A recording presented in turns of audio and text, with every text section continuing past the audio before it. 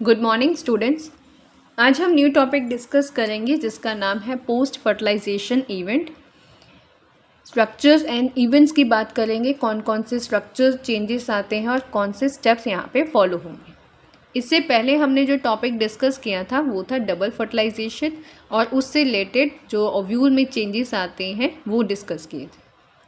Post fertilisation का मतलब क्या होगा? एज द नेम सजेस्ट, देखो नाम से काफ़ी हद तक क्लैरिटी होती है कि ये एक ऐसे इवेंट होंगे जो फर्टिलाइजेशन के बाद होंगे। फर्टिलाइजेशन होने के बाद डबल फर्टिलाइजेशन होती है एंजियोस्पर्म में, तो उसमें एंडोस्पर्म, जो एंडोस्पर्म और एम्ब्रो बना था, इन दोनों स्ट्रक्चर्स की डेवलपमेंट होनी शुरू होंगी क्योंकि फॉर्मेशन तो हो चुकी है फ्यूजन के बाद, आप ये आगे फर्दर डेवलप करेंगे।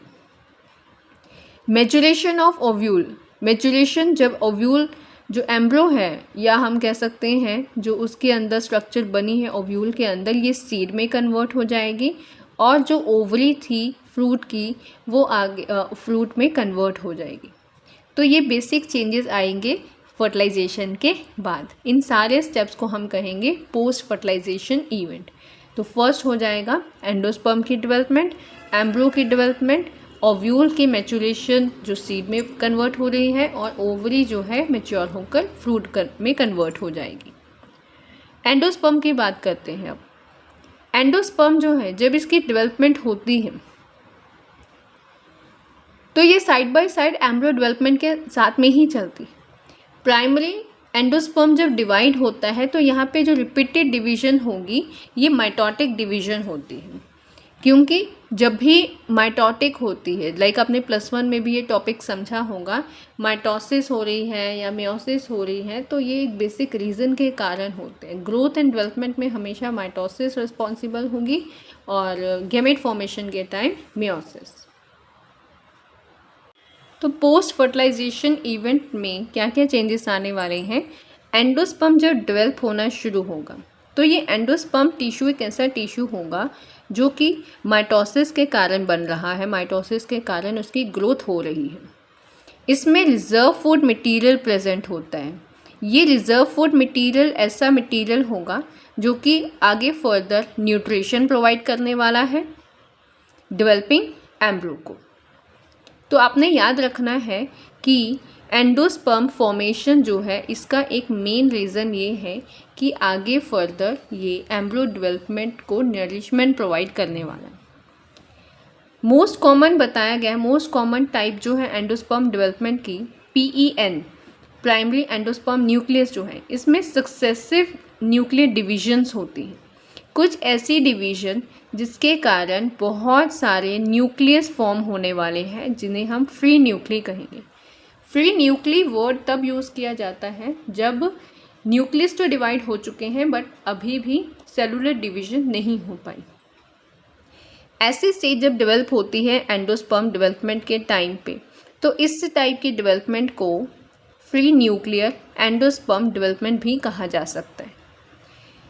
जब काफ़ी ज़्यादा न्यूक्लियस बन जाते हैं उसके बाद कहीं जाकर सेल वॉल फॉर्मेशन होती है।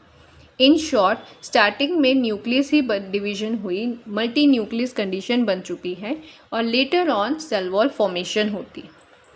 तो धीरे धीरे एंडोस्पर्म जो है वो सेलुलर फॉर्म को गेन करता है।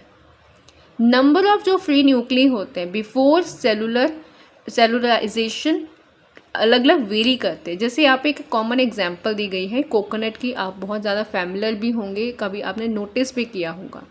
अब जो कोकोनट है, कोकोनट का जो टेंडर पार्ट होता है कोकोनट का, वो कैसा होता है? वो जस्ट एक फ्री न्यूक्लियर एंडोस्पर्म ही है। इट मीन्स जो उसका लिक्विड कंटेंट है वो बेसिकली उसका फ्री न्यूक्लियर एंडोस्पर्म पार्ट है, जो वाटर कंटेंट होता है उसके अंदर, लिक्विड कंटेंट, जिसके सराउंडिंग्स में वाइट कर्नल प्रेजेंट होगा जिसे हम सेलुलर एंडोस्पर्म कहते हैं। धीरे धीरे जब सेलुलर डिवीजन होनी शुरू हो जाएगी तो उसके बाद जो ये फ्री न्यूक्लियर कंडीशन थी ये ख़त्म होने वाली है और जो लिक्विड कंटेंट था वो सॉलिडिफाई हो जाता है। एंडोस्पर्म जो होते हैं या तो ये आइदर कंप्लीटली कंज्यूम्ड होंगे, एम्ब्रियो जो डेवलप हो रहा है उसी के साथ ही कंज्यूम हो जाते हैं, हम उन्हें डिफ्रेंशिएट नहीं कर पाएंगे, जैसे कि एग्जाम्पल यहाँ पे दी गई है, पी एग्जाम्पल दी गई है, ग्राउंडनट की एग्जाम्पल आ गई या फिर बीन्स की एग्जाम्पल आ गई। ये उन एंडोस्पर्म की एग्जाम्पल हैं जिसमें डेवलपिंग एम्ब्रो और जो एंडोस्पर्म है वो कम्प्लीटली कंज्यूम है आपस में ही, आप उन्हें डिफ्रेंशिएट करके समझ नहीं पाओगे, स्टडी नहीं कर सकते हम उन्हें। बिफोर सीड मैचुरेशन, और कई केसेस में ये देखा गया है कि ये एंडोस्पर्म जो है वो मेच्योर सीड में भी एज सच परसिस्टेंट ही रहता है, मींस एज सच प्रेजेंस उसकी नोटिस होती है, जैसे कि कैस्टर के सीड्स में देखने को मिल जाता है और कोकोनट के सीड में देखने को मिल जाता है। और ये कंटेंट आगे फर्दर उन सीड्स को जब वो जर्मिनेट करेंगे, सीड जर्मिनेशन के टाइम काम आ जाएंगे। तो याद रखना है आपने, पोस्ट फर्टिलाइजेशन डेवलपमेंट में जो एंडोस्पर्म है इसका मेन फ़ायदा ये होता है कि वो नरिशमेंट प्रोवाइड करने वाला है। सेकेंडली इसमें जो डिवीज़न होती है माइटोटिक रिपीटेड डिवीज़न होगी, और जो एंडोस्पर्म है ये स्टार्टिंग डिवीज़न में फ्री न्यूक्लियर कंडीशन शो करेगा, सेलुलर कंडीशन नहीं दिखेगी। धीरे धीरे सेलुलर डिवीज़न के कारण वो कंटेंट जो है वो सॉलिडिफाई होना शुरू हो जाएगा और एम्ब्रो की डेवलपमेंट में यूटिलाइज होगा। एंडोस्पर्म कम्प्लीटली कंज्यूम भी हो सकते हैं जब एम्ब्रो डेवलप हो रहा है, और कई केसेस में ये पूरी तरह से यूटिलाइज नहीं होते, एज सच परसिस्टेंट रह जाते। एक आपको एग्जांपल इसमें बताई थी कोकोनट की, वो आपने याद रखनी है। कोकोनट एक ऐसी एग्जांपल है जिसमें हम फ्री न्यूक्लियर कंडीशन को बहुत ईजिली देख सकते हैं। नेक्स्ट आ गया है टॉपिक दैट इज एम्ब्रो। एंडोस्पर्म के बाद एम्ब्रो किस तरह की डेवलपमेंट दिखाता है, क्योंकि ये वो स्ट्रक्चर है जिसने फ्यूचर प्लांट को फॉर्म करना है। एम्ब्रो जब भी डेवलप होगा तो इसकी डेवलपमेंट जो है वो माइक्रोपाइलर एंड की तरफ होगी, क्योंकि वहीं पे ये फॉर्म हुआ है एम्ब्रो सैक के, जहाँ पर जाइगोट सिचुएटेड है। ज़्यादातर जो जाइगोट होते हैं, most of the zygote divide only after certain amount of endosperm is formed. कुछ केसेस में नोटिस किया गया है कि जो जाइगोट की डेवलपमेंट होती है ये जब एंडोस्पर्म बन जाता है, काफ़ी हद तक अमाउंट उसकी फॉर्म हो चुकी है, तब होगा। This is an adaptation. अब इसका भी एक रीज़न है। क्या रीज़न है? ये एक अडेप्टेशन है, ये एक प्लांट का ही अडेप्टिव फीचर है, ताकि वो डेवलपिंग एम्ब्रो को अश्योर्ड न्यूट्रिशन प्रोवाइड कर सके।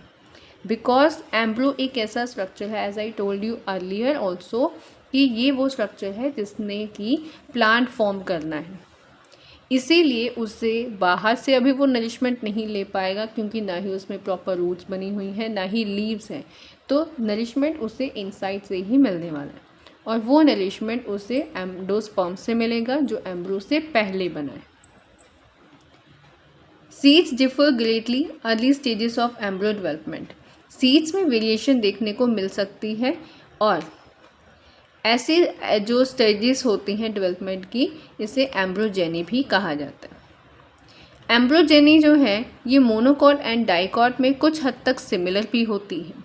मोनोकॉट प्लांट या मोनोकॉटिलीडन प्लांट वो होंगे जिनमें सीड में वन कॉटिलीडन प्रेजेंट होता है, और डाइकॉटिलीडन उन्हें कहा जाता है जिनमें सीड में डाइकॉटिलीडन मीन्स 2 कॉटिलीडन प्रेजेंट होंगे।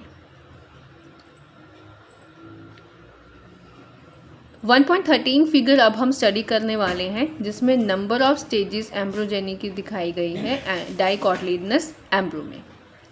जाइगोट जो है ये प्रो एम्ब्रो, ग्लोबुलर, हार्ट शेप या फिर मैच्योर एम्ब्रो की स्टेजेस को शो करेगा। तो पहले स्ट्रक्चर स्टडी कर लेते हैं फिगर 1.13।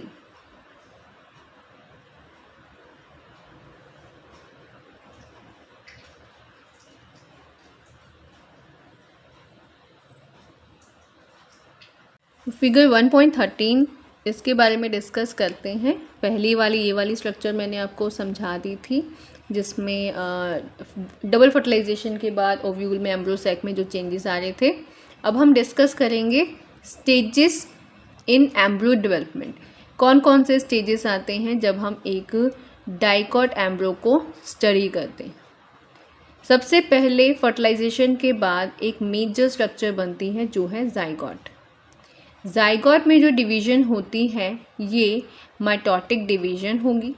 ये ऐसी डिवीज़न है जो कि कंप्लीट नहीं होती। कंप्लीट इन द सेंस हम कह सकते हैं कि यहाँ पे जो दो नए सेल्स बनेंगे ये डिवाइड होकर सेपरेट नहीं होते। डिवीज़न चलती रहेगी बट सेपरेशन नहीं होती। फर्स्ट माइटोटिक डिवीज़न के बाद दो सेल बन चुके हैं। देन उसके बाद जो डिवीज़न होगी वो एक ग्लोबुलर टाइप के एम्ब्रो को फॉर्म करती है। ग्लोबुलर एम्ब्रो का मतलब क्या होगा? एक ऐसा एम्ब्रो जिसकी शेप जो है वो ग्लोब्यूल शेप। यहाँ पे जितने भी जाइगोट की डेवलपमेंट स्टेजेस दिखाए गए हैं, जो इनके नेमिंग है वो एक्चुअल में इनकी अपीयरेंस के कारण रखी गई है। ग्लोबुलर एम्ब्रो जब फर्दर इसमें माइटोटिक डिवीज़न होती है। अब यहाँ पे आप एक चीज़ नोटिस करोगे कि सेल अपने आप में अरेंज हो रही हैं। जैसे कि हार्ट शेप एम्ब्रो में सबसे ज़्यादा सेल जो है वो नीचे प्रेजेंट है। हार्ट शेप एम्ब्रो जो है इसका नाम इसके अपीयरेंस के अकॉर्डिंग ही रखा गया है। लाइक जैसे ये वाली स्ट्रक्चर।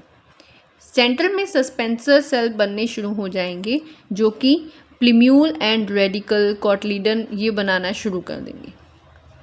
रेडिकल जो होता है ये सीड की फर्दर जब डेवलपमेंट होगी तो जो सबसे पहले स्ट्रक्चर बनना है रेडिकल, प्लीम्यूल, कोटलीडन जो है ये स्ट्रक्चर्स क्या करेंगे? ये प्लांट को और फर्दर ग्रोथ डेवलपमेंट में हेल्प करेंगे और आगे फ्यूचर रूट एंड शूट बनाने में हेल्प करने वाले।